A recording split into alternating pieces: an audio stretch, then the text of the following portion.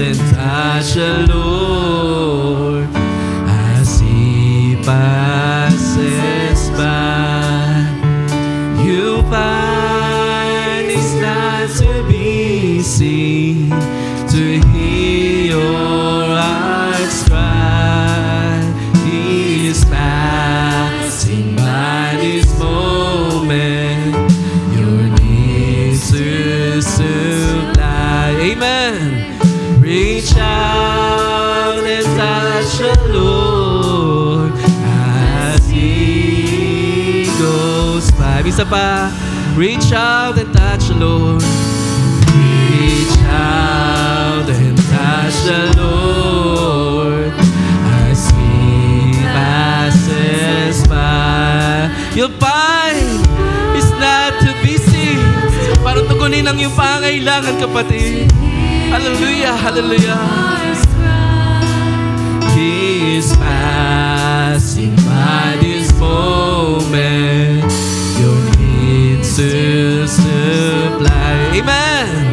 Reach out and touch the Lord. Isa pa, as I call our beloved Pastor Cantos po. Reach out and touch the Lord.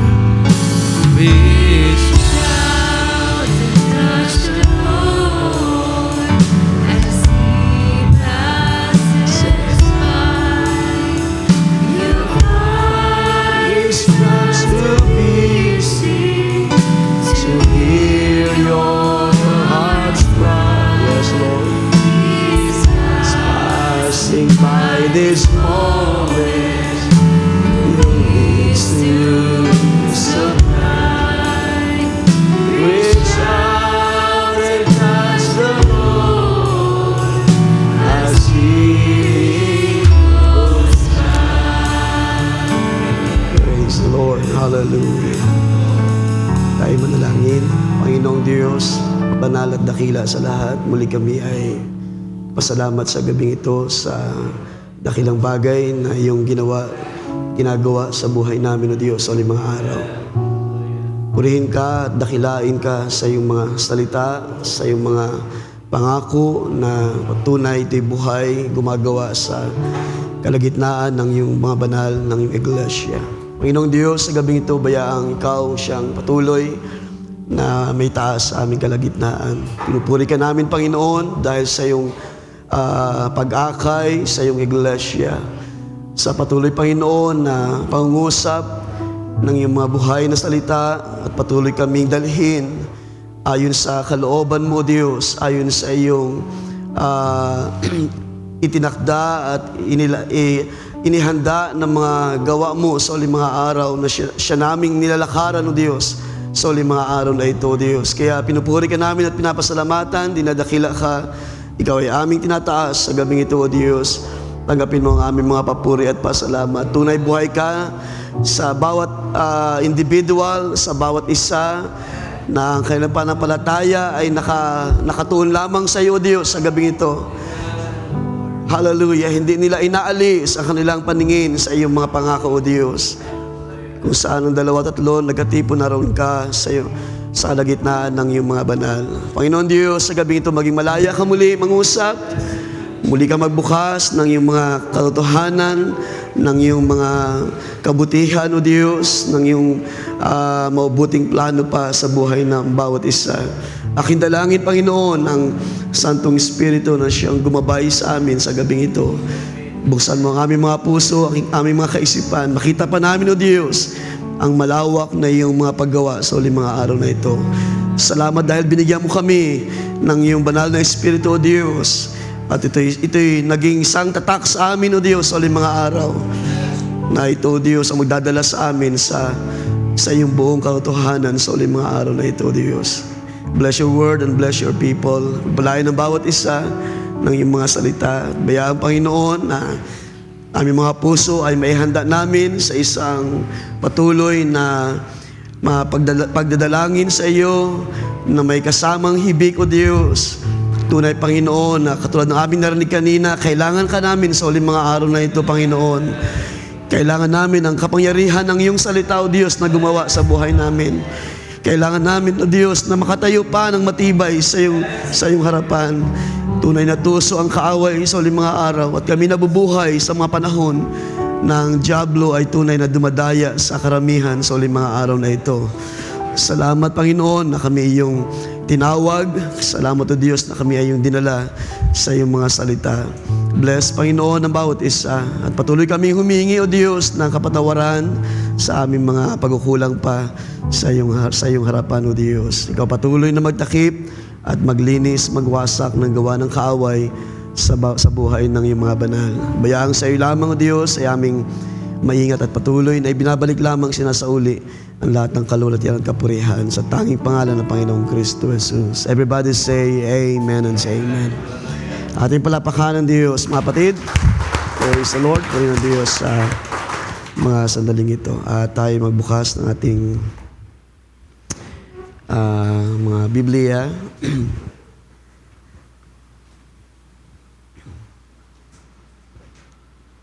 Okay, samahan niyo ako sa 1 Samuel.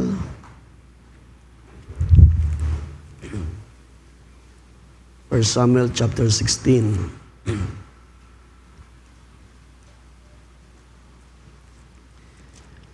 Okay, so kung yung nakita na, ating basahin from verse 14.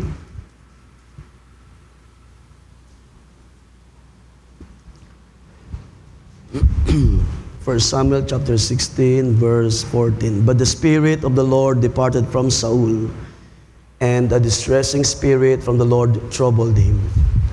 And Saul's servants said to him, surely a distressing spirit from God is troubling you.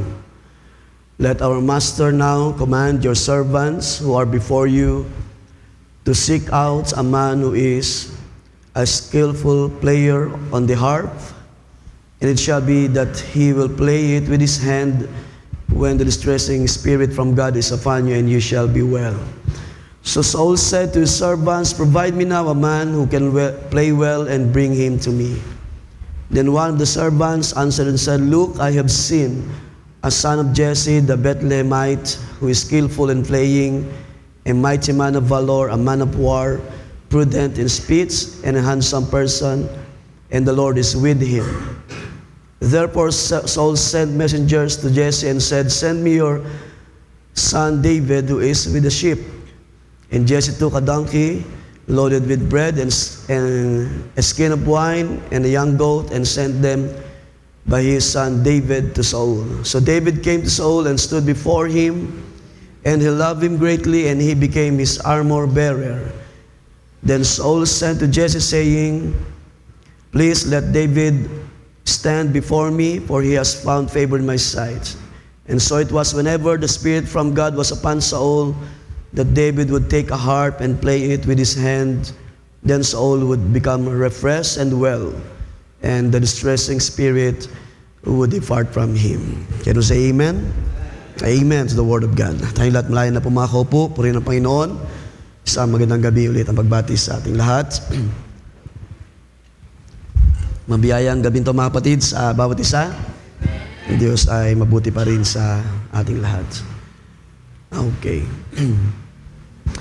So, this evening, bagamat maaaring kaunti lang tayo sa gabing ito, sabalit salamat pa rin sa Panginoon na siyang nagdadala ng ating mga paa sa kaniyang presensya. Ating mga buhay, patuloy tayong mapailalim sa pagkilos ng kaniyang kabanalan sa magitan ng kanyang salita. So sa gabing ito, nais ko lang munang magbanggit at pagbati pala sa na-invite sa gabing ito. Praise God. Okay. Una, nais ko muna magpasalamat sa Panginoon sa last Sunday aming meeting. Salamat sa mga kalalakihan na patuloy na gumagawa at sumusuporta sa ministry. Like kung sinasabi sa Panginoon, mga kapatid, na kung sa akin lang ay hindi ko magagawa ang maraming mga bagay. Kaya purihin ng Panginoon sa buhay ng ating mga kalakihan, sa patuloy na pasan sa mga pasanin sa iglesia. Kaya sa gabing ito, patuloy tayong magdalanginan sa bawat isa. Marami pa tayong bagay na dapat idalangin sa Panginoon. At ganoon din sa aming napag-usapan last Sunday, yung ating ginagawa na monthly offering, mga kapatid, ay atin na lamang i-alternate yung ating summer offering at yung ating Masbate Fund. Dahil yung ating summer offering na mayroon tayong box sa likod, hindi na rin natin masyado nabibigyan ng pansin. So, kaya at aming napag-usapan na atin na lamang i-alternate. Kaya next month ay ang summer offering yung ating ipagkakaloob. Dahil nung last Sunday ay nagpaikot tayo ng offering para sa Masbate Fund. So next month ay kay Pastor Eliezer naman. By the way, siya ay nagpapaabot ng pasalamat sa inyo lahat, sa inyong naitulong, na-share natin na maliit na bagay. Gaano man ito kaliit, ito ay mahalaga sa Panginoon. Sa panahon ng kaniyang may bahay ay nadala sa hospital. At I think tayo ay, maalala ko, tayo nakalikom ng halos 8 o more than 7,000. At nagpadala tayo ng 8,000 kay Pastor Eliezer. At yun ay malaking bagay, mga kapatid, para sa pangailangan sa hospital kay Sister Arlene. So siya nagpapabot ng pasalamat sa ating lahat. Okay, so ating patuloy sama sa prayer dahil meron pang ilang mga bagay na dinadalangin din si Pastor Eli.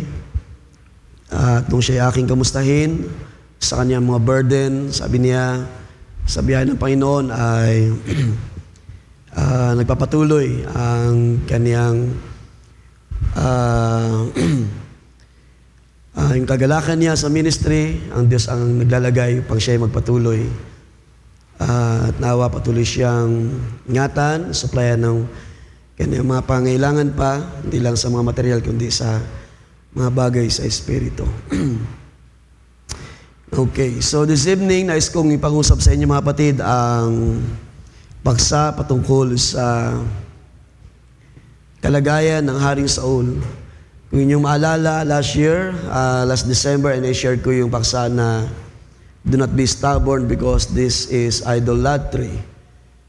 Kinuha natin sa 1 Samuel chapter 15, yung paksa na yun, at doon ay nagkaroon ng confrontation between Samuel and King Saul. Kung ating re-refresh lamang, yung 1 Samuel chapter 15, verse 1 to 9, pinakita ni Samuel, ng propeta Samuel, ang disobedient na ginawa ni Haring Saul sa harapan ng Diyos. Verse 10 to 23, siya ay nirebuke ni Samuel. Of course, siya ay kinilos ng Diyos para sawayin ang hari sa kaniyang naging pagkukulang.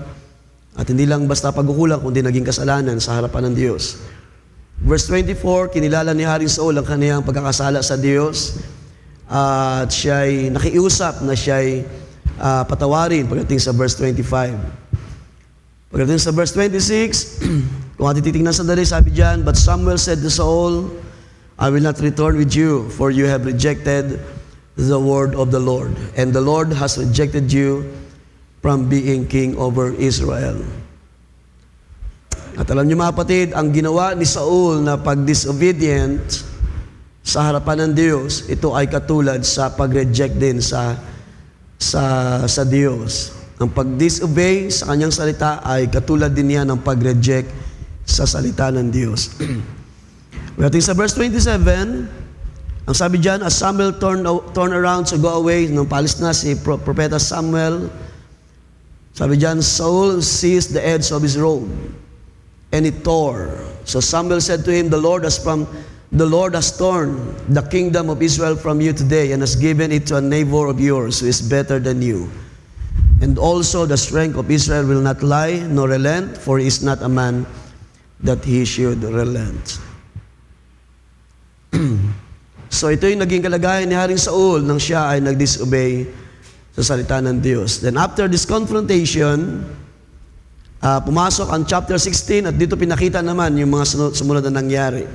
Pero kung ating babalikan lang sandali kung ano pa yung background ng nangyari sa Israel at kay Haring Saul.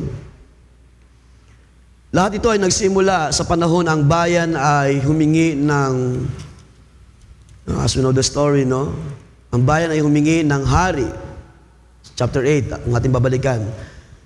1 Samuel chapter 8, sa inyo na lamang reviewin yan, verse 1 to 9. Ang Israel ay humingi ng isang hari at ang Diyos, ang sabi diyan, ang Diyos ay hindi nalugod. Kung mabasahin natin sa dali itong verse 9 ng chapter 8.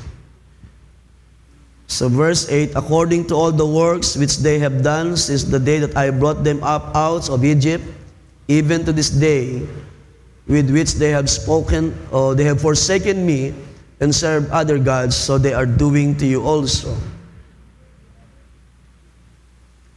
Kung atras pa tayo konti, yung mga unang talata, ang sabi doon, ang mga anak ni Samuel ay naging mga hukom, naging judges sa panahon na yon, nung wala pa silang hari. At nung mga anak ni Samuel na naging judges sa Israel ay gumawa ng hindi tama sa harapan ng Diyos, ang Diyos ay hindi nalugod hanggang sa ang bayan ay humingi ng hari kay Propeta Samuel. At ang Diyos ay hindi nalugod sa pagkakataon na yan, at dahil sa mabigat na karanasan ng Israel at ng Haring Saul, ang Diyos ngayon ay bumaling sa kaniyang lingkod na si David. Sa chapter 16, sa verse 1, sabi diyan, for I have provided myself a king among his son. Oh, sorry. I think ito ay yes, tama ba? Yes, dun sa verse 1 ng chapter 16. Dahil si Samuel ay totoong nalungkot sa nangyari kay Haring Saul, pero ang Diyos ay nangusap, sabi diyan, for I have provided myself a king among his sons. Now, doon pa lamang sa chapter 8, tayo akin nire-review, pinag-aaralan, ay meron na binanggit dito ang Diyos, kung inyong mapapansin sandali.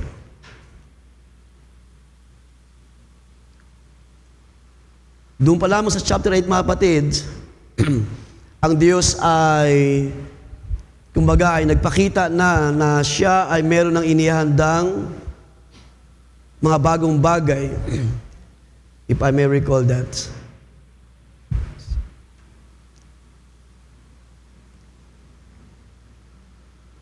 Okay, so doon sa verse 7, the Lord said to Samuel, heed the voice of the people in all that they say to you, for they have not rejected you, but they have rejected me that I should not reign over them. So dito pala sa chapter 8 ay pinapakita na ng Diyos kay Samuel na ang bayan ay totoong lumalayo at ano ba yung nagre-reject? Sa Tagalog yun? Tinatalikuran. So tinatalikuran ang salita ng Diyos, ang plano ng Diyos sa mga panahon na yun. So hanggang sa si Saul ay maghari at siya nag-asala sa harapan ng Diyos, then ang Diyos ay bumaling sa kanyang lingkod na si David. At doon sa ating text na binasa,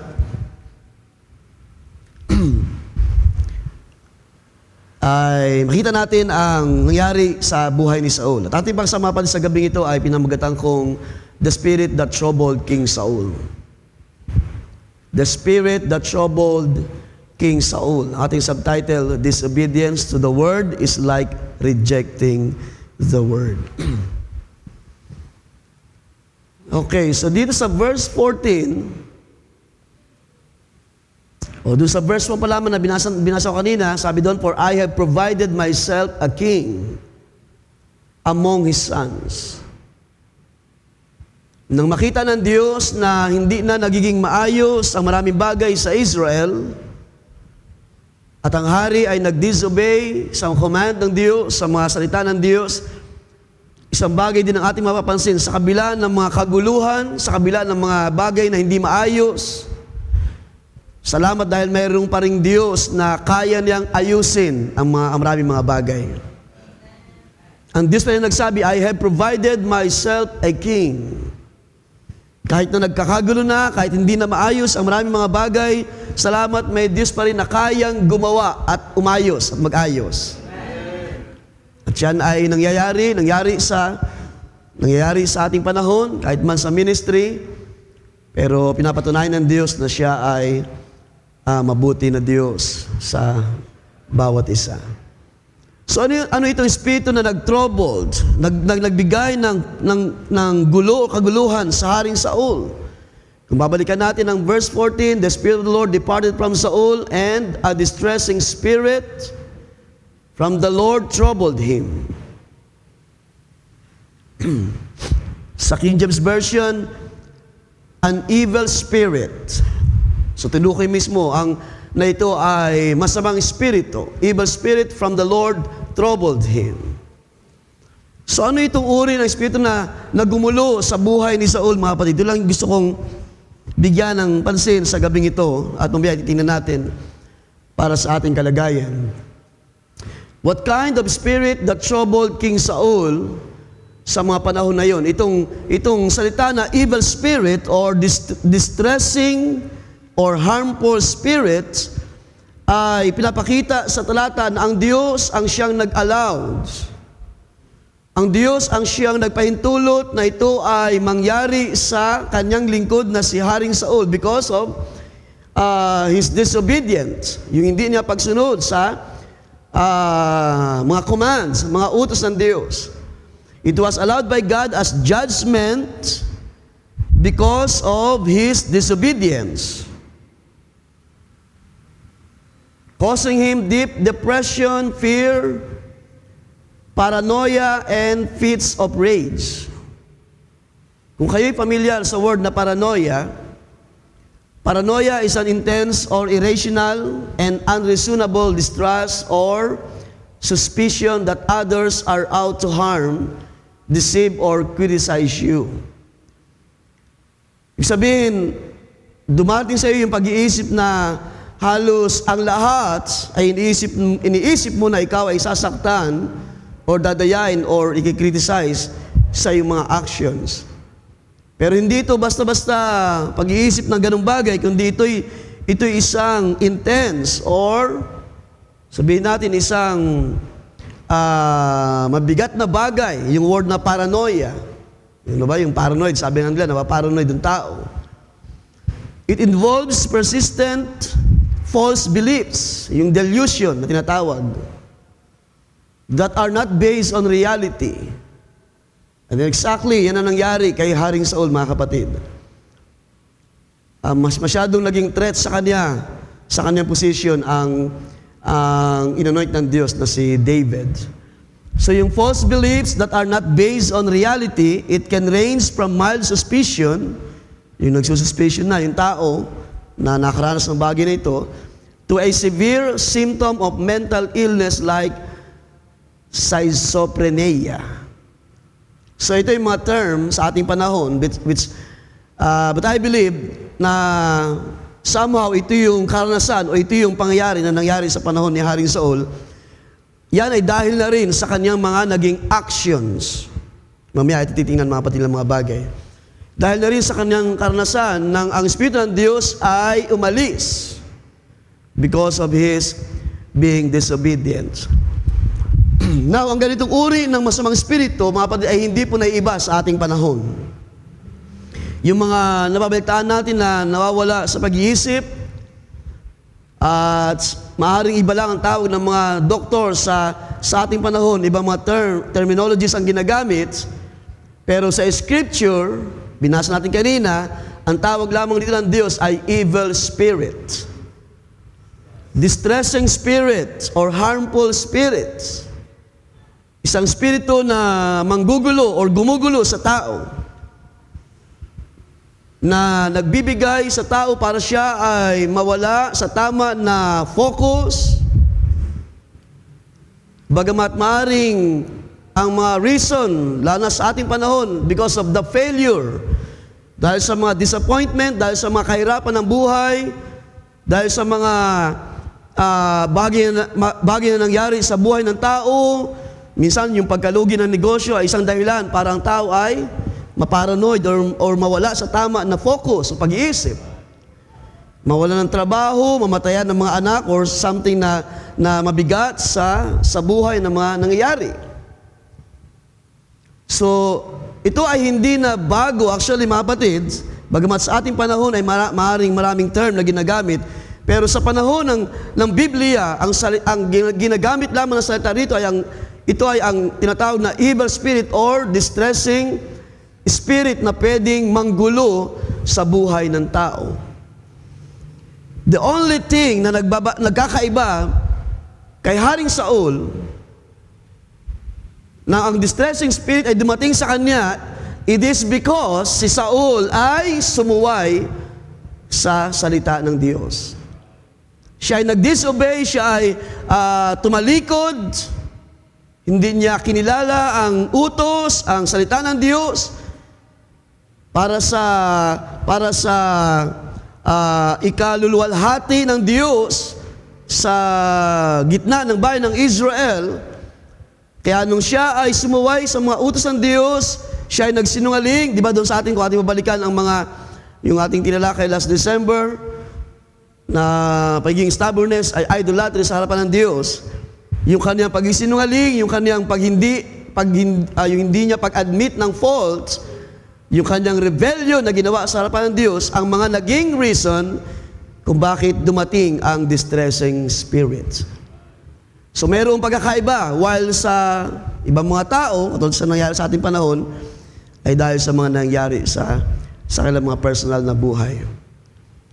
So dito sa pinapakita ng scripture mga kapatid, ay kaya ginamit ko yung sa ating subtitle na disobedience to the word is like rejecting the word. Because doon pa lamang sa simula, sa chapter 8 na binasa natin kanina, ay pinakita na ng scripture na ang bayan ng Diyos ay talagang tumatalikod sila o tumalikod sila sa Diyos. At ang sabi ng Diyos kay Samuel, hindi ikaw ang kanilang nireject, kundi ako ang kanilang nireject. At yung ganung kalagayan ng bayan ay nagpatuloy until the reign of King Saul.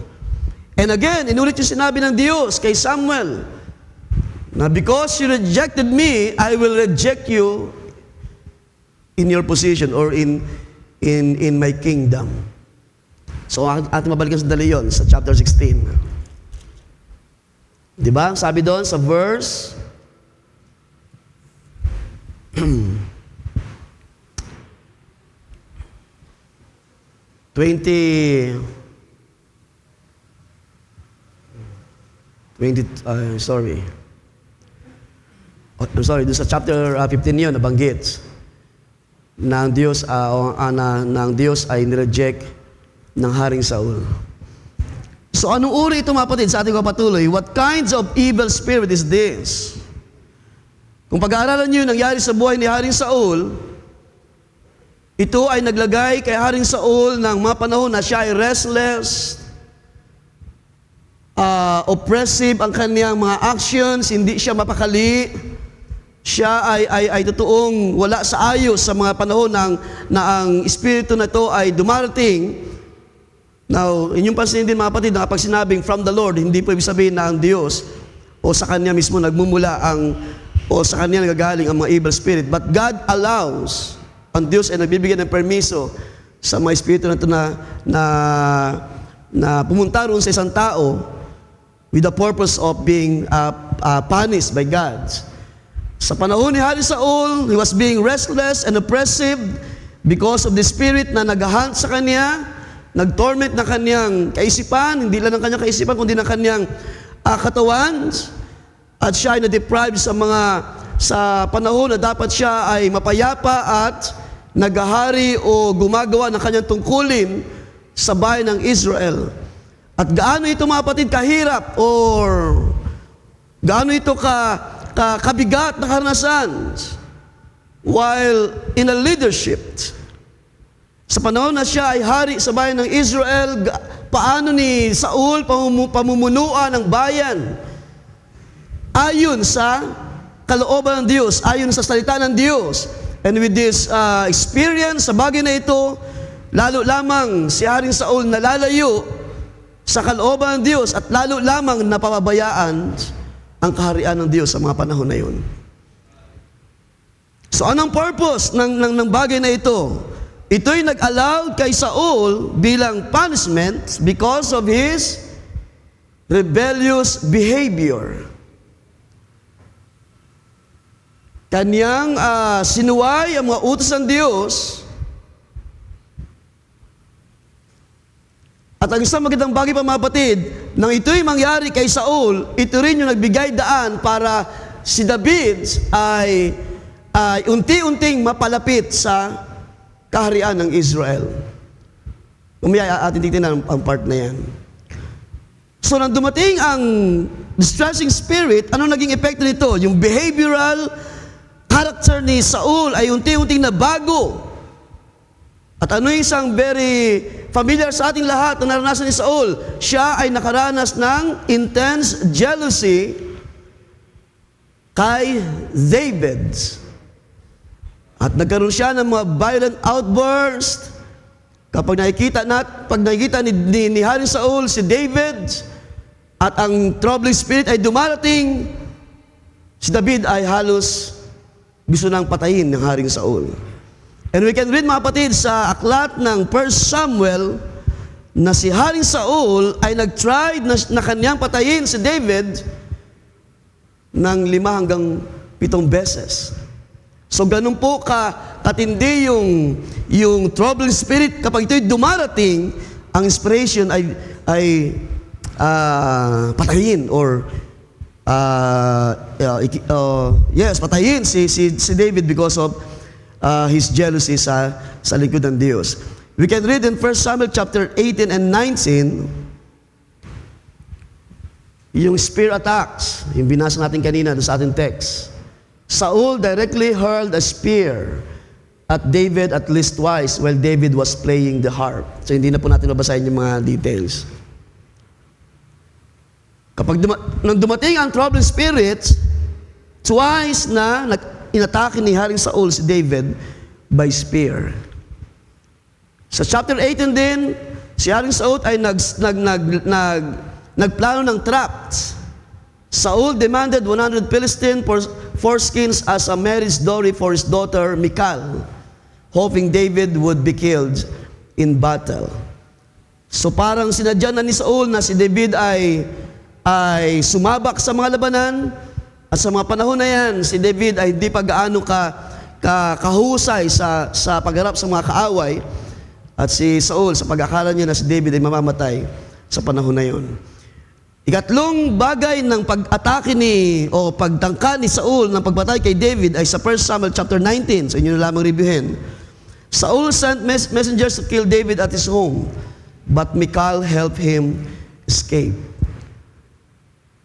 And then yung Ramah attack sa chapter 19 pa rin, Saul sent troops to capture or kill David at Nawit in Ramah, but they and later Saul himself were overcome by the Spirit.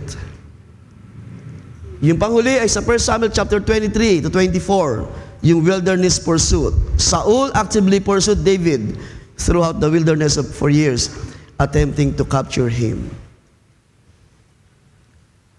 Ang isa sa magandang karanasan mga kapatid sa panahon na yan, nang si David ay nagkaroon ng pagkakataon para gumanti kay Saul, hindi niya yung ginawa. Bakit? Because of the Spirit of God na nasa kanya.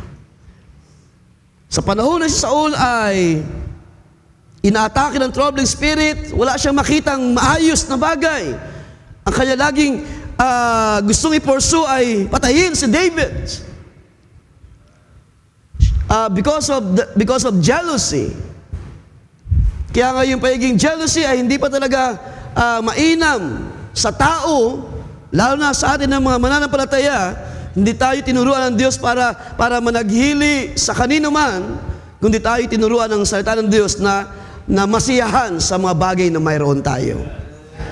Maging satisfied sa mga bagay na ginagawa ng Diyos. Kung meron man nagpa-prosper, kung meron man, tawag niyan, may ginagawa ang Diyos na ibang bagay nang maaring higit sa bagay na meron ka, hindi yan dahilan para ikaw ay managhili sa Diyos. Kundi ikaw ay dapat magpasalamat because of the purpose ng Diyos ay gumagawa sa lahat ng bagay. So ano itong distressing spirit from the Lord? Balikin natin verse 14, sabi diyan, chapter 16, the Spirit of the Lord departed from Saul, and a distressing spirit from the Lord troubled him. So paano ito dumating kay Saul? Nang ang Espiritu ng Diyos ay umalis, nagkaroon ngayon ng pagkakataon ang evil spirit by the command. Of course, ang Diyos ay sovereign, at ang mga espiritu sa kahanginan ay wala silang magagawa kundi sumunod sa kapangyarihan ng Diyos. As we know, mga kapatid, ang Diyos ay sovereign sa lahat ng kanyang creation, kasama na yung mga masamang espiritu. Sa panahon ng Espiritu ng Diyos ay umalis, nagkaroon ng pagkakataon ang evil spirit, ang distressing spirit, ng Diyos ay mag-utos, then ang troubling spirit ay dumating o pumasok sa buhay ni Haring Saul.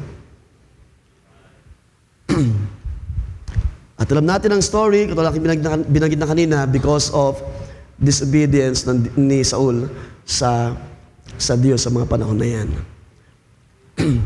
Pero sa aking pag-aaral, mga kapatid, nakita ko yung isang bahagi na ito sa 1 Samuel chapter 13. Siguro magandang puntahan natin sandali. Because dito, mayroon pang na-record ang scripture in connection sa nangyari kay Saul. So chapter 13 verse 9, dito pa lamang ay nagkaroon na si Saul ng hindi tama na decision, sabihin natin decision or character na pinakita sa Diyos. Sabi sa verse 9, Saul said, "Bring a burnt offering and peace offerings here to me." And he offered the burnt offering. Bakit ito ginawa ni Saul? Because sa maunang talata, si Samuel ay nag-utos kay Saul na maghintay ng 7 days bago siya maghahandog sa Diyos. Pero nang si Samuel ay na-delayed, ang ginawa ni Saul, siya mismo ang gumawa ng paghahandog na dapat ay si Samuel ang gagawa ng bagay na ito. Kaya ang sabi diyan, sabi sa verse 10, "Now it happened as soon as he had finished presenting the burnt offering that Samuel came, and Saul went out to meet him that he might greet him. And Samuel said, 'What have you done?' Saul said, When I saw that the people were scattered from me, and that you did not come within the days appointed, and that the Philistines gathered together at Michmash, then I said, the Philistines will now come down on me at Gilgal, and I have not made supplications to the Lord. Therefore I felt compelled." Ano sa Tagalog yun? Meron siya, kumbaga naramdaman niya na gawin ang bagay na ito, napilitan siya, and offered a burnt offering. And Samuel said to Saul, "You have done foolishly. You have not kept the commandment of the Lord your God, which he commanded you. For now the Lord would have established your kingdom over Israel forever.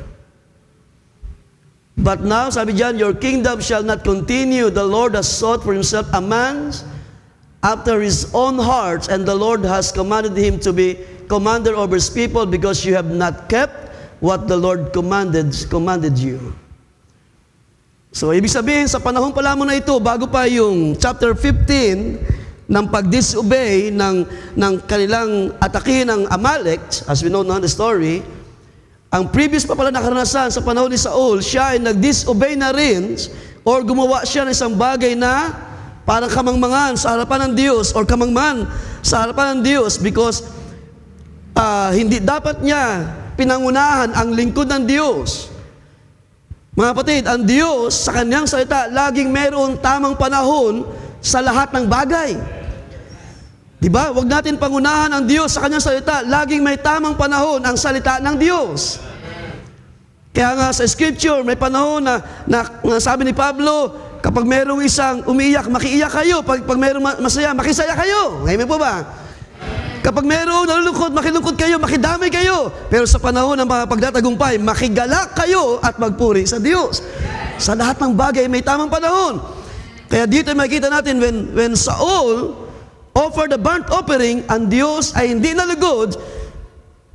At kahit man ako ay na-surprise mga kapatid, because dito pa lamang mismo ay pinakita ng Diyos kay Saul na siya ay meron ng pinili na isang lingkod na, sabi doon, that's a man after his own heart. Diba? Nabanggit yun? So pinakita na kay Saul na merong mabuting plano ang Diyos sa mga bagay na nakita niya na hindi na nagiging tama, hindi na naging maayos sa kalagitnaan ng kaharian ng Haring Saul.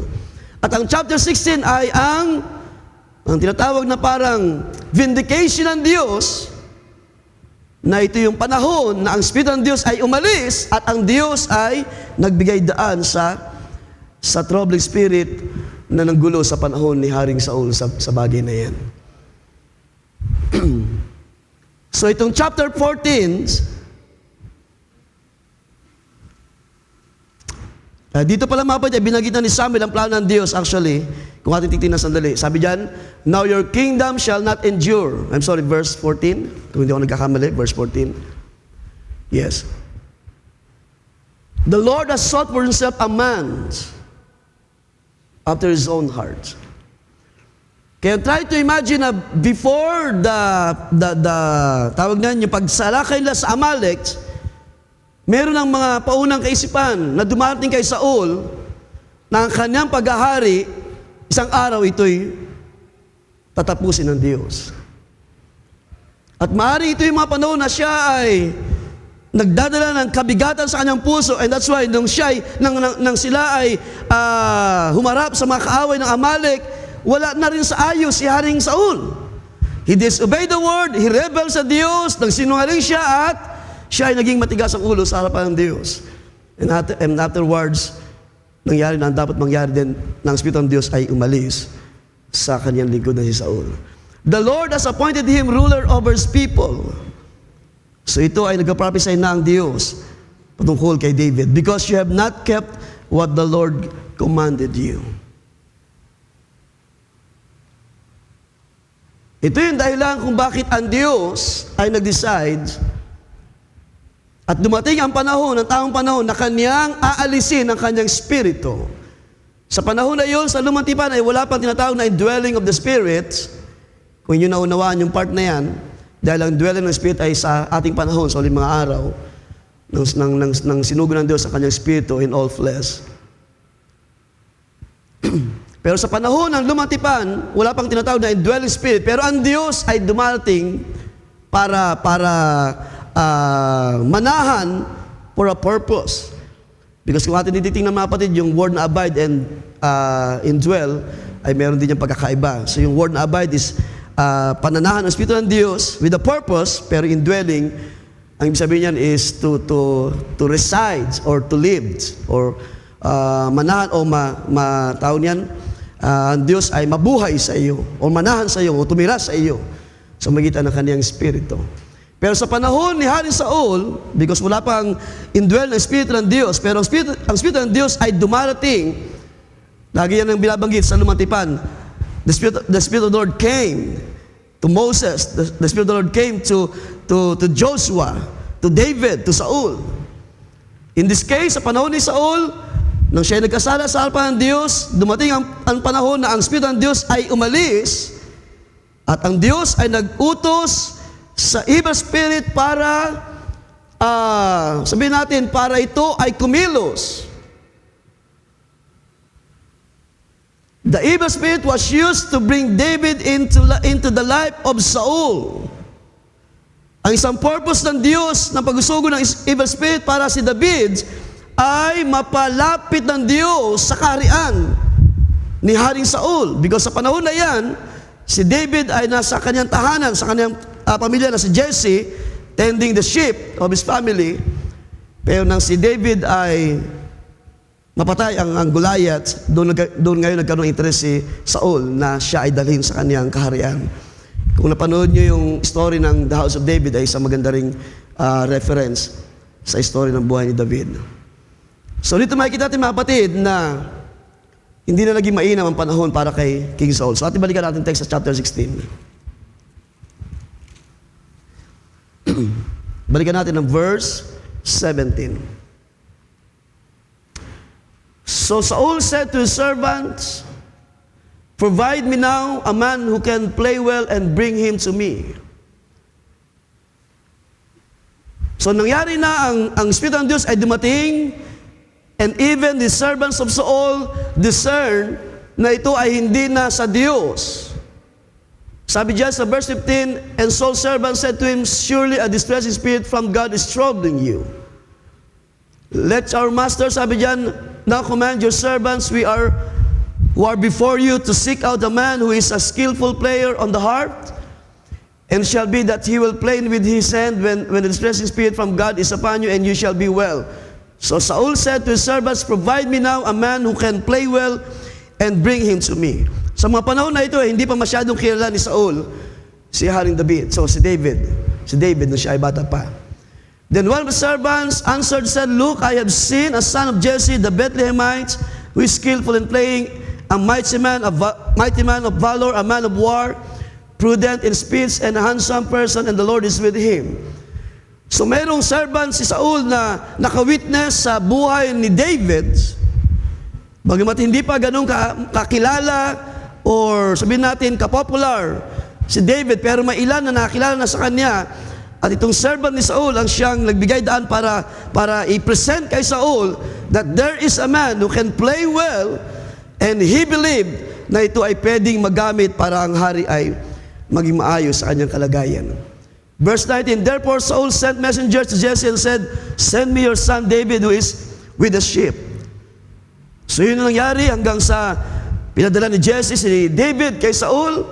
At sa tuwing si Saul ay tutugtog ng harp, ang haring Saul ay gumagaling. Alright, so sa part na ito ay masabi ko na hindi po basta-basta dumating kay Saul ang troubling spirits without the commands of the Lord. Ang Diyos ang siyang nag-utos, ang Diyos ang siyang nagbigay daan. Dahil meron ng inihanda ang Diyos na mabuting bagay para sa bayan ng Israel. At ginamit ng Diyos na ito ay instrumento para ang batang si David ay unti-unting makarating sa palasyo at makilala at makita ng mga tao na mayroong tao na ginagamit ang Diyos para kahit paano ay maging maayos ang kalagayan ng Haring Saul. But I can say even the family of Saul ay wala nang magawa sa tormenting spirit na ito. Because ang Diyos mismo ang nag-utos, ang Diyos mismo ang nagpadala sa troubling spirit na yan. Sa King James Version, I just want to read. Sabi diyan, "The Spirit of the Lord departed from Saul, and a distressing spirit." Sa Tagalog, isang masamang spirito na mula sa Panginoon ay bumagabag sa kanya. The spirit that troubled King Saul ay masabi ko mga kapatid na ito'y the same spirit din na gumugulo sa buhay ng marami sa ating panahon. Hindi po, wala pong pagkakaiba ang bagay na ito. Maaaring ang mga evil spirit ay mayroong degree ng level ng power, ng lakas, ng kanilang kapangyarihan, but they are the same spirit, troubling spirit na nandun kay Saul, maging sa mga tao na naguguluhan sa ating panahon, sa panahon na sila ay inaatake rin ng ganitong masamang espiritu na gumugulo sa kanilang mga kaisipan. At anong ginagawa ng mga evil spirit na ito, even kay Saul, ito ay nagdadala ng tinatawag na deception para i-promote ng diablo ang kanyang pandaraya sa buhay ng mga tao. Punta natin ang 1 Timothy chapter 4, mga kapatid. 1 Timothy chapter 4. Dahil ito rin naman ang nangyari kay Haring Saul. 1 Timothy chapter 4 verse 1, "Now the Spirit expressly says that in the latter times some will depart from the faith, giving heed to deceiving spirits and doctrines of demons." Pag sinabi natin doctrines of demons, ibig sabihin merong bagay na gustong gawin ang diablo sa buhay ng tao, at yun ay ilayo siya sa Diyos. Guluhin ang kanyang buhay at ilayo sa kalooban ng Diyos. And exactly ganoon nangyari sa panahon ni Saul. Kapag ang troubling spirit ay dumarating, siya ay nawawala sa tama na espiritu, at ang gusto niyang gawin ay tawag niyan, siya ay magwala, siya ay tawag niyan, magpakita ng attitude na hindi na maayos, and to the point, to the worst, kanya nang patayin ang lingkod ng Diyos na si David. So pinakita natin kanya, mga kapatid, ang meaning or kahulugan ng espiritu na ito na gumugulo sa buhay ng mga tao. Nagpapakita ng intense na feeling at iniisip mo lagi na parang threat ang mga tao sa iyong sarili. At ganito ang ginagawa ng diablo even in our days. The same spirit na pinahintulutan ng Diyos kay Saul, the same spirit na nagdadala ng kanyang mga tinawag ni Paul na doctrines of the demons. Para ano? Para ilayo ang Diyos o ang mga tao sa Diyos. Then ano pa ang ginagawa nito? Yung torments, yung pagpapahirap. Ang mga espiritu pag dumating, they can inhabit or harass individuals, causing severe psychological or physical damage. Such as in the case of the Gerasene demonic sa Mark chapter 5 verse 1 to 13. So pag dumating ang mga troubling spirit, it torments. Pero salamat, dahil may tamang panahon para ang mga evil spirit na ito sa kahanginan ay dalhin ng Diyos in judgment. Because pagdating sa Matthew chapter 8 verse 29 ay nakita doon ng mga demons ang Panginoon, at ang sabi ng mga demons, ikaw ba ay hahatol na sa amin para kami ay torment nang wala pa sa panahon? Ibig sabihin, even the demons know, alam nila na mayroon ding hangganan ang kanilang paggawa sa buhay ng tao. Well, sa panahon na ito, mga kapatid, sa ating panahon lalo na, ay nagpapakita rin ng scripture na ang mga demonic spirits sa ating panahon ay tinawag ni Paul, mamaya ating babasahin, ito yung mga principalities sa kahanginan. Now, sa scripture, may kita natin ay ilang mga halimbawa. Ating punta siguro yung Acts chapter 5.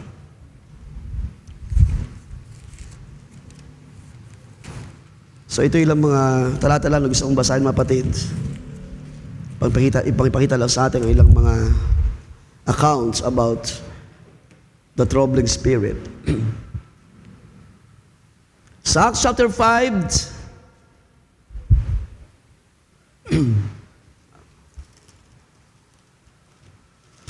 itong si Ananias and Sapphira ay nag-commit sa Diyos. Ang sabi diyan, they sold their possession. Pero nang mabenta na ang kanilang possession, ang sabi diyan sa verse 2, kanilang binagay yung part lamang ng kanilang yung pinagbenta ng kanilang pag-aari. Sabi diyan, and he kept back part of the proceeds, his wife also being aware of it, and brought a certain part and laid it at the apostles' feet. But Peter said, Ananias, why has Satan filled your heart to lie to the Holy Spirit and keep back parts of the price of the land for yourself? Ibig sabihin, sa mga panahon na ito ay makita rin natin na ang mga demonic sa kahanginan ay pwede pala silang mandaya sa tao. Sila ay nagkakos ng mga deception. Si Ananias at si Sapphira ay isa lamang sa mga halimbawa na hindi nagtapat sa Diyos. And I can say, pwede kong sabihin na sila ay nag-disobey sa pagkilos ng Holy Ghost sa panahon na yun. Na kung ating tignan ng background, kinilos ng Diyos ang mga mananampalataya para magkaroon ng sapat sa lahat ng kanilang mga pangailangan. Pero ang dalawang kaluluwa nito ay hindi nagtapat sa Diyos. Pero hindi nila ginawa yun sa kanilang sarili. Meron tinatawag na ang espiritu ng kaaway ay naglagay ng pagsisinungaling sa kanilang puso. Nang sila ay nagsabi na kanilang ibibigay ang kanilang pag-aari sa mga apostol, pero hindi nila tinupad ang kanilang pangako sa harap ng mga apostles. Ang nakita doon ni Peter, Satan put a lie. Sabi doon, Satan filled their hearts with lie. Another thing, 1 Corinthians chapter 5, verse 1 to 5. So, ako na lamang shortcut lang mga bagay, dahil lang itong oras ay hindi rin ko pa hintulot. A man in the Corinthian church was committing incest and adultery, and God commanded Apostle Paul to hand him over to Satan. Para ano? To destroy his sinful nature and save his soul. 1 Corinthians chapter 5, verse 1 to 5. So these are examples of the work of the troubling spirit, yung distressing spirit, na nangyari sa panahon ni Saul at nangyayari din sa panahon ng Book of Acts. At ako niniwala, ito rin yung mga evil spirits sa kanginan na gumugulo rin sa marami sa ating panahon. And even Apostle Paul, 2 Corinthians chapter 12, verse 7, sa kapahintulutan ng Diyos, ang Diyos ay nagpadala rin ng tinatawag na gawa ni Satanas para siya i-torment or pahirapan. In order, Paul to teach him to rely on God's grace because of his wisdom, because of the abundance of the revelation na tinanggap niya mula sa Diyos. Para hindi siya magmalaki, ang Diyos ay nagpadala. Okay? Ang Diyos ay nagsugo ng, sabihin natin, troubling spirit. Para siya ay matutong magpakumbaba sa harapan ng Diyos. Dahil, mahal nakita ng Diyos na si Paul ay pwede rin siya magmalaki sa kanyang sarili dahil sa kayamanan ng mga kapahayagan na mula sa Diyos. So it's a good thing na ang Diyos pa rin nakakaalam kung paano tayo kontrolin sa ating mga ugali, sa ating mga actions. Kung ang Diyos ay may nakita sa atin na tendencies, mga pagkakataon na pwede tayong lumagpas sa ating limitation, ang Diyos ay nagpapadala ng mga troubling spirit. Pero ang purpose niya ay para lamang si Pablo ay ibaba sa harapan ng Diyos. Pero ang gusto lang tingnan dito mga kapatid ay may Diyos na nagsusugo ng mga evil spirits. So hindi po ibig sabihin na ito'y galing sa Diyos per se, no? Kundi ito ay kapangyarihan ng Diyos na kanyang ginagawa as a sovereign God sa buhay ng mga tao.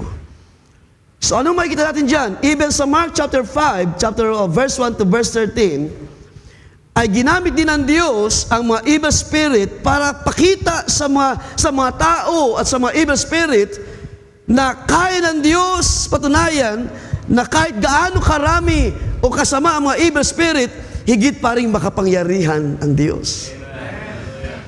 Doon sa Mark chapter 5 verse 1 to 13, ating puntahan sa dali yung part na ito mga kapatid. So hindi na bago sa atin ito pero gusto lang tingnan. Yung inalihan ng masamang espiritu na nakausap pa ng Panginoon sa panahon na yan, ang sabi dyan, lakto na natin siguro.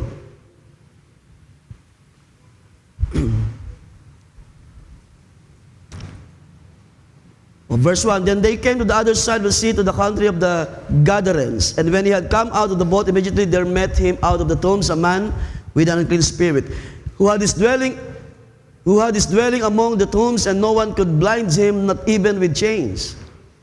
Because he had often been bound with shackles and chains, and the chains had been pulled apart by him, and the shackles broken in pieces, neither could anyone tame him. So could you imagine gaano kalakas ang kapangyarihan ng evil spirits na ito na gumambala doon sa tao, sa Gadarene. And always, night and day, he was in the mountains and in the tombs, crying out and cutting himself with stones. So, yung kalagayan ng isang tao na napoposes at kanyang kanyang sinasakop ang buong pagkatao ng isang tao na ito, kapag kumilos ang evil spirit, lahat ng pwede niyang gawin sa tao ay kayang gawin ng mga masamang espiritu. They can turuan yung tao na saktan ng kanyang sarili through the stones. Sabi dyan, verse 6, when he saw Jesus from afar, he ran and worshipped him, and he cried out with a loud voice and said, "What have I to do with you, Jesus, Son of the Most High God? I implore you by God that you do not torment me." For he said to him, sabi ng Panginoon, "Come out of the man, unclean spirit." Then he asked him, "What is your name?" And he answered, saying, "My name is Legion, for we are many." So could you imagine, yung evil spirit na nandun sa tao ay tinatawag na legion. And that's why kanyang pinahirapang lubos ang taong ito na anupat kaya niyang wasakin lahat ng mga chains at hindi siya kayang itim ng mga tao. Could you imagine kung paanong gumagawa ang mga evil spirit sa buhay ng mga tao na walang Diyos na sumasakop? Walang Espiritu ng Diyos na nagkokontrol sa buhay ng mga tao. Ang lahat ng kailang pwedeng gawin is to torment the man. So magitan ng kapangyarihan. And I could imagine also when Saul, tormented by this evil spirit, wala siyang magawa, hindi niya kayang labanan ang control o ang pandaraya ng espiritu nito na kung sumasakop sa kanya in that time. Now, sa panahon ni Jesus, there are legions or mga evil spirit na tinatawag na legions, at ito ay katumbas ng 2,000 evil spirits na kumilos doon sa tao.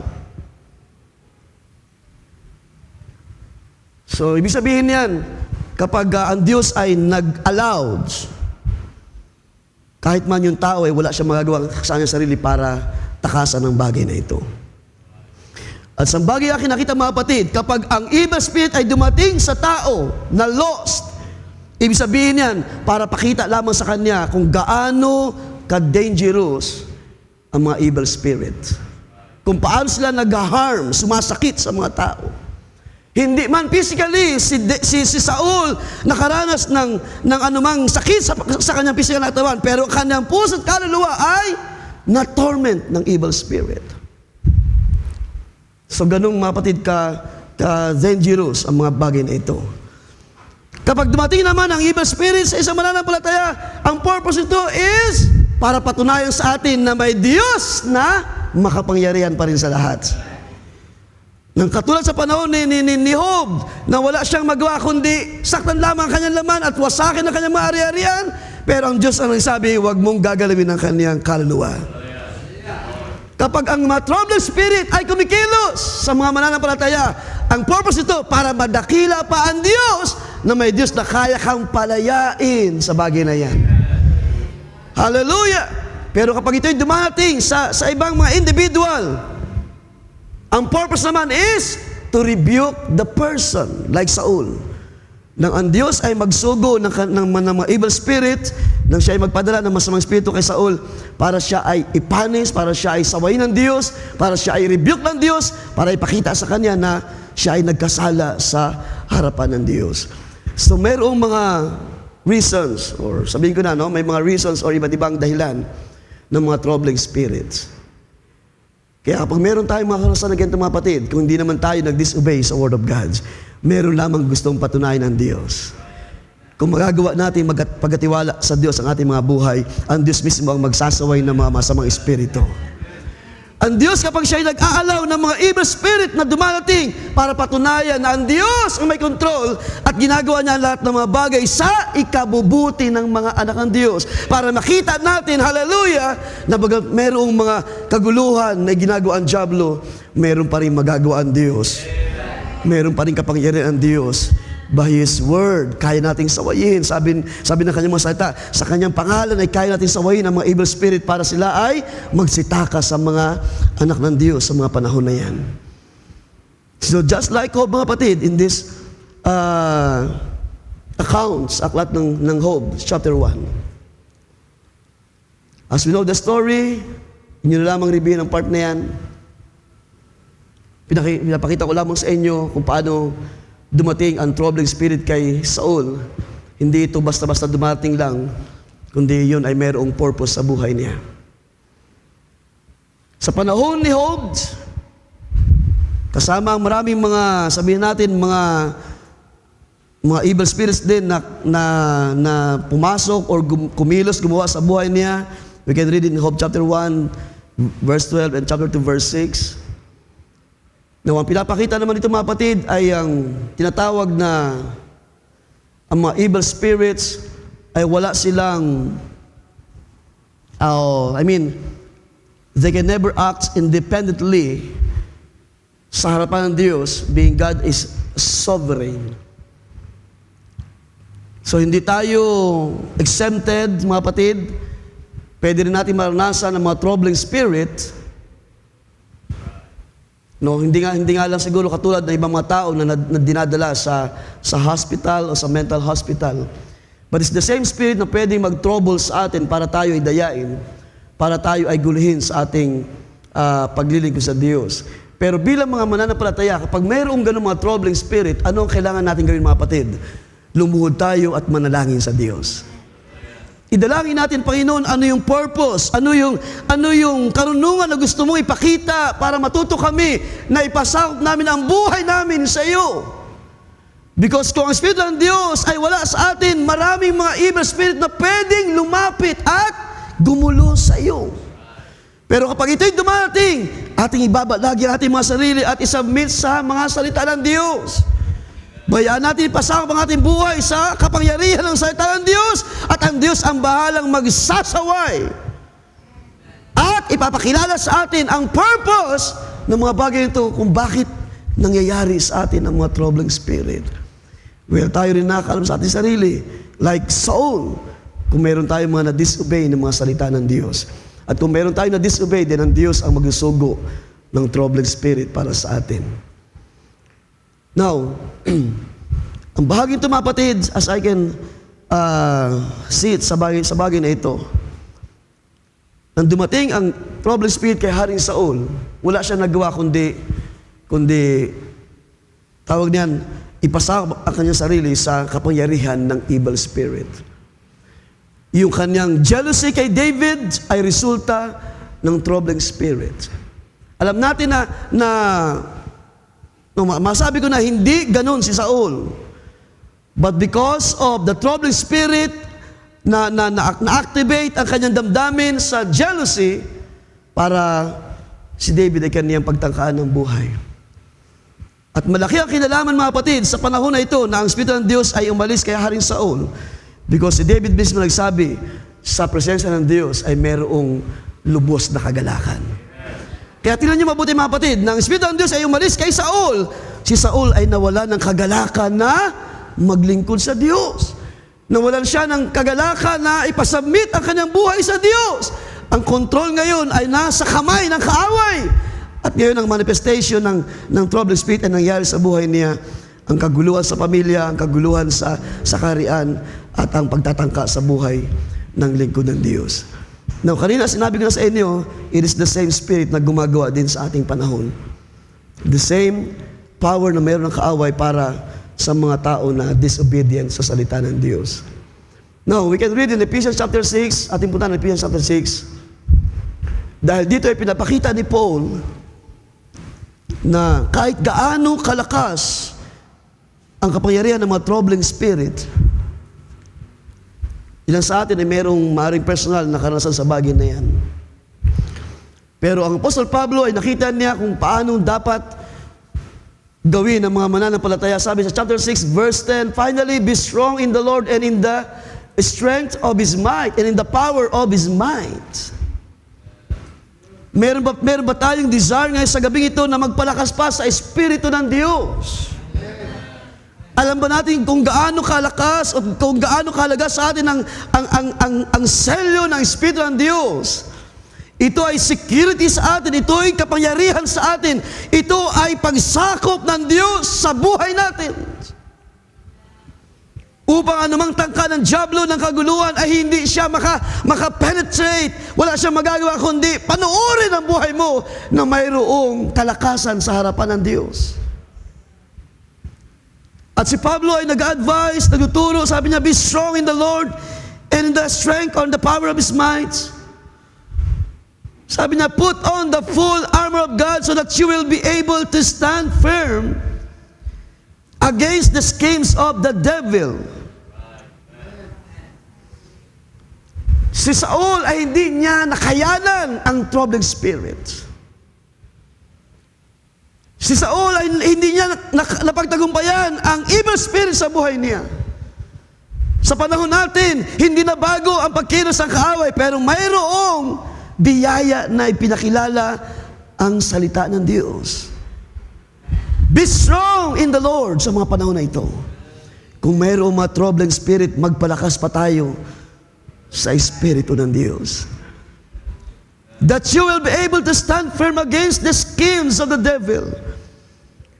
Pag ang kaaway dumating at gusto niyan dayain tayo, panghinaan ng ating loob, mga karamdaman ay dumarating, mga pangailangan. Dahil yan ang number one na pandarayan ng diablo sa ating panahon. Pag wala nang makain, wala nang mga pangailangan, maraming mga tao ang troubled sa minds, naguguluhan ng mga kaisipan, at natataranta, nababalisa sila. Hindi alam kung anong gagawin, and that's why their mind was being subdued ng kaaway. Hanggang sa kung ano-ano na yung gagawin, hanggang sa kung ano-ano na yung iisipin sa kanyang kapwa. Hanggang sa mag-iisip ng tao na ang mga taong ito ay threat sa akin.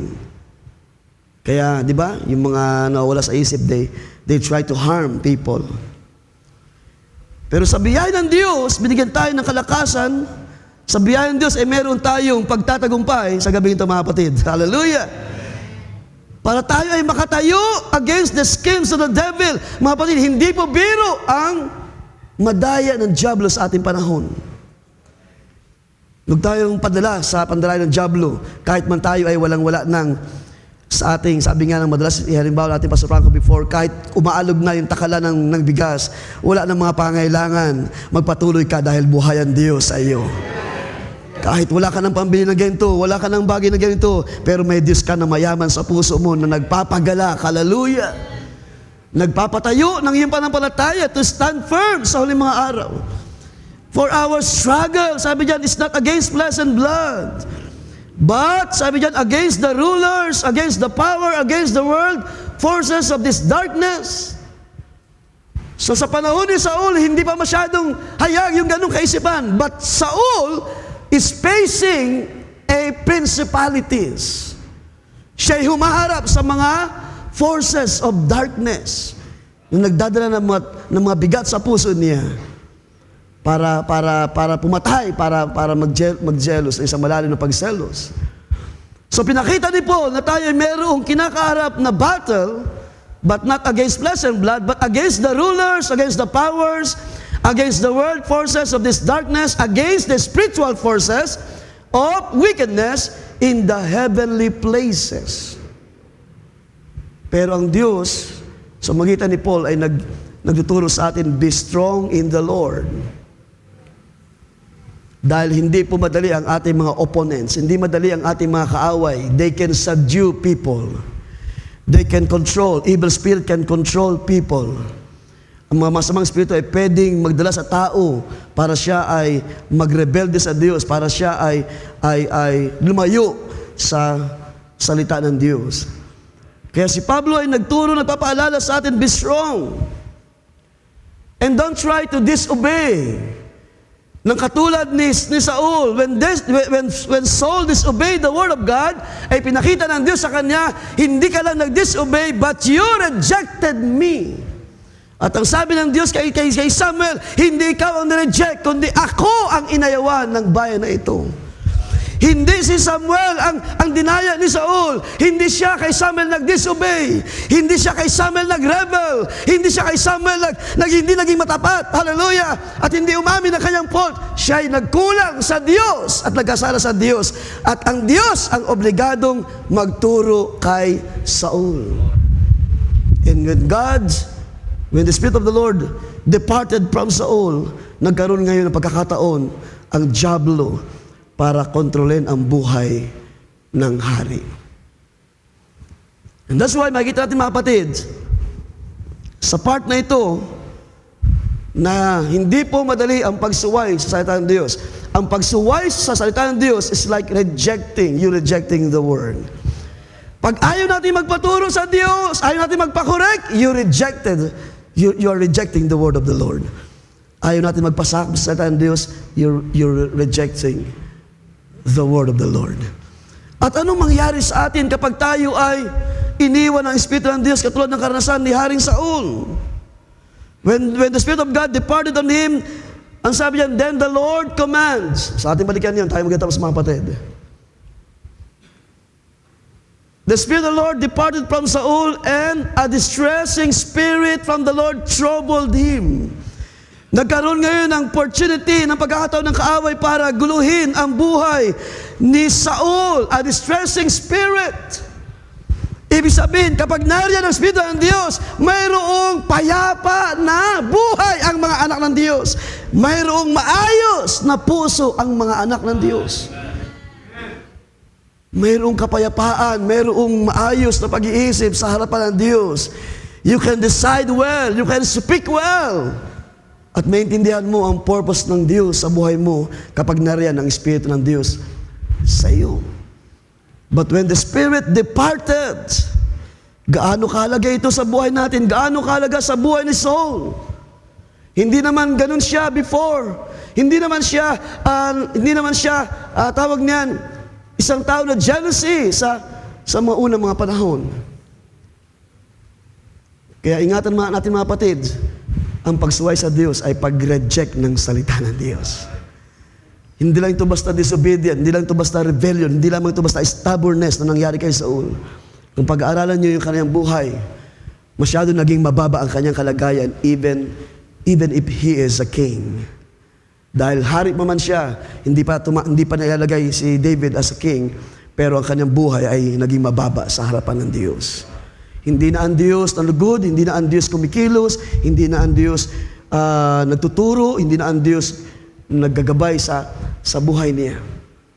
At ganito rin naman ang nangyayari sa ating panahon. Kapag ang isa ay tumatalikod, kapag ang isa ay hindi nagpatuloy at hindi siya nagpaturo sa Diyos, din anong gagawin ng Diyos?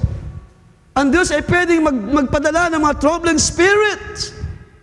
Kaya nga, di ba, doon sa isang karanasan, sabi Jesus, ang bahay na nalinis na, naayos na ang kanyang buhay, ang kanyang puso, pero walang tumatahan sa kanya, ang mga espiritu na umalis ay nagtatawag pa ng mas masamang espiritu.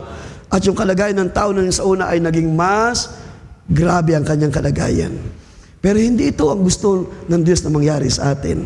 Sino sa atin ang nagmamahal sa Diyos sa gabing ito? Sino sa atin ang nagdidesire pa sa Espiritu ng Diyos? Panginoon, manahan ka sa buhay ko. Panginoon, ipakilala mo sa akin ang iyong kapangyarihan sa magitan ng iyong salita. Ipakilala mo sa akin na ikaw ay mahalaga sa buhay ko. Hallelujah! Na ikaw ay mayroong kapangyarihan para sawayin ang mga troubling spirit na ito na gumagambala. And that's why David sa kanyang panahon, sa marami niyang naisulat ng mga awit, di ba? Madalas binabasa natin basahin ng Psalms 51. Naisulat niya, sabi doon, huwag mo akong paalisin sa iyong harapan. Cast me not away in your presence, Lord. Sabi niya, huwag mong bawiin ang iyong Santong Espiritu sa akin.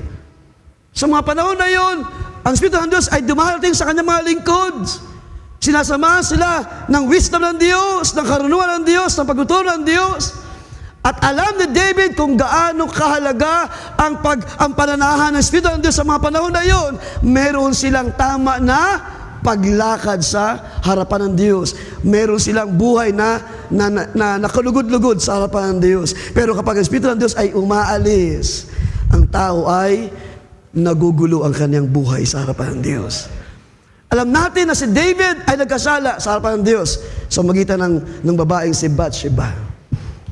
Pero nakita ni David at maaaring naalala niya ng kanyang isulat ang awit na ito, cast me not in your presence, O Lord, at huwag mong alisin sa akin, take not your Holy Spirit upon me.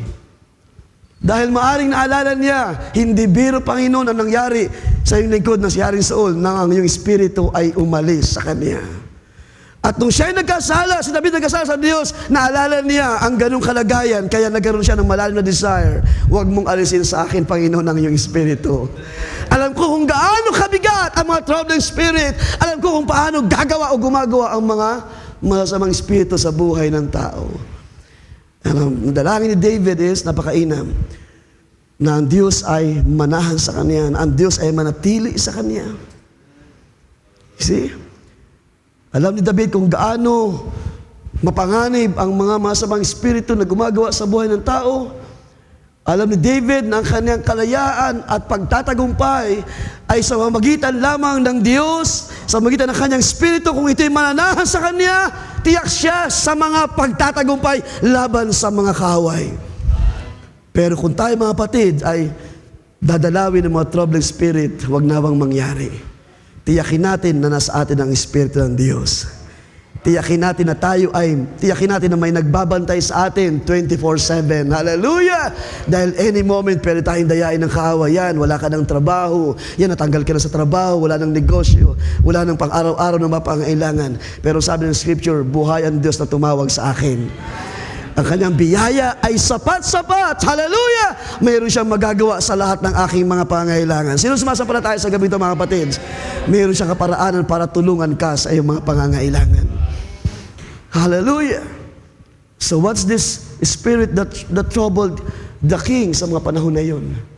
Ulitin ko, mga kapatid, it is the same evil spirit hanggang sa ating panahon.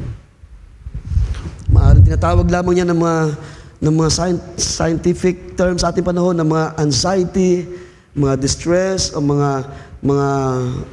tawag niya, nawawala sa isip, sa tamang pag-iisip. But these are troubling spirit. And even our prophet sa ating panahon, William Branham, sabi niya, kahit ano pang itawag ng mga doktor sa mga iba't ibang uri ng mga sakit, ito yung mga evil spirit lamang na nagdadala ng karamdaman sa buhay ng tao. And that's why sa gabing ito, mga kapatid, as we're closing, tiyak ba natin sa gabing ito na nasa atin ang Espiritu ng Diyos? Pero hindi ibig sabihin yan na tayo ay hindi na pwedeng galawin or sabihin magkaroon ng kapangyarihan sa atin ng dyablo. Kapag tayo ay nag-disobey, may magagawa ang kaaway na guluhin ang buhay mo. Pero kung ikaw ay sasampalataya at magkapatuloy sa Diyos, dahil tinawag yan ni Paul na selyo, kanina ay kinote ko na, Ephesians 4 verse 30, ang paalala ni Pablo, grieve not the Holy Spirit, dahil ito ang selyo natin. But it doesn't mean na hindi na tayo pwedeng galawin ng dyablo. Well, kapag ang Diyos nagpahintulot, wala tayong magagawa. Pero kung ang purpose niyan, hindi para sawayin ka, kung wala ka namang nagawang disobedience, ang purpose niyan ay para patunayan sa iyo na ang Diyos ay higit na dakila sa kapangyarihan ng kaaway. Binasa natin last Sunday, He is greater in you than He is in the world. Kaya kahit gaano pa, di ba, sinasabi natin, kahit gaano pa kabigat ang buhay sa uling mga araw, na naging reason ng marami para malayo sa tama na pag-iisip, meron tayong Diyos, mga kapatid. Meron tayong salita ng Diyos, may mga pangako ang Diyos na ating hinahawakan sa uling mga araw na ito. Ating palapakan pa rin, mga kapatid, hallelujah! Sa Diyos mawi ang lahat ng kapurihan at kalwaltian sa bagay na ito. Tayo ay yumuko at magpasalamat sa Diyos. Panginoon, Ikaw ay aming pinupuri at pinapasalamatan for your goodness, O God, sa uling mga araw na ito. As we are, Lord, approaching, Panginoon, sa mga panahon na hindi na nagiging maayos ang lahat ng bagay. At marami ng mga tao na ang nagugulo, marami ng mga kaisipan na hindi maayos sa aming panahon. And yet, O God, nandiyan ka upang kami bigyan ng kapayapaan, ng isang maayos na pag-iisip. Tinatawag ng mga apostol na sound mind. So, mga araw na ito, O Diyos, Lord, give us this sound mind, O God. Hallelujah. Iyong sawayin ang mga troubling spirit na gumagambala sa buhay ng iyong mga banal, O Diyos. At kung meron man kami mga pagkukulang, O God, patuloy mo kaming itayo, O Diyos, ulit mga araw na ito. Ayaw namin na bigyan ka, O Diyos, ng grievances sa iyong damdamin. Hallelujah. Kung kami man nakakalimot, O Diyos, ay mga salita, ipaalala mo sa amin, O Diyos. Ipaalala mo sa amin ang mga karanasan, ang mga accounts sa Scripture. Ang mga ginawa mo sa nakalipas sa panahon, na kung paano pag ang iyong Espiritu ay umaalis, hallelujah, ang mga Espiritu masama sa kahanginan ay pwedeng gumulo sa buhay ng mga tao. Kaya salamat, Panginoon, sa gabing ito dahil ang Espiritu o Diyos ay nananahan sa bawat isa. Nasa amin ang iyong Espiritu o Diyos. Hallelujah. Ikaw nagsabi sa Biblia ni Pablo, hindi ba nalaman na Espiritu ng Diyos ay nananahan sa inyo? Ang Diyos ay nasa inyo. Hallelujah. Kaya purihin ka mang banal sa gabing ito, Diyos. Ikaw ay aming tinataas at pinapasalamatan for giving us this strength, O God, for giving us this understanding, Lord, na Ikaw ay kasama namin, na Ikaw ay dakila, O Diyos, na nasa amin kaysa sa Kanya na nasa libutan. Panginoon, sawayin mo, O Diyos, ang mga bagay na ito sa kalagitnaan ng iyong kapisanan. Kung mayroong mga troubled spirit, O Diyos, iyong sawayin, hallelujah, iyong palayasin, iyong itaboy, hallelujah, at iyong ibulit, O Diyos, sa kalaliman. Dahil ang iyong iglesia ay tinawag ayon sa iyong wangis at larawan. At kung ikaw ay nagtatagumpay, ang iyong iglesia rin naman ay mananagumpay sa uling mga araw na ito. Purihin ka, Amang Banal. Pinapasalamatan ka namin sa iyong mga salita. Salamat, O Diyos, minsan pa sa iyong pagtuturo at pagpapaalala, pagpapakilala ng iyong kadakilaan sa buhay ng iyong mga lingkod. Bagamat ang Haring Saul ay nagkulang sa iyo, O Diyos, and yet nabasa namin na ang kanyang karanasan ay naging pansamantala lamang because ang evil spirit, hallelujah, ay dumating din ang panahon na ito ay umalis sa kanya. Kaya salamat, Panginoon, na kung minsan kami ay iyong sinasaway, kung minsan kami ay tinuturuan ng iyong salita, O Diyos, ikaw ay aming pinupuri dahil ipinapakilala mo lamang na mahal mo kami, O Diyos, at ayaw mo kami mapahamak sa libutang ito, ayaw mo kami madaya na sa libutang ito, hallelujah.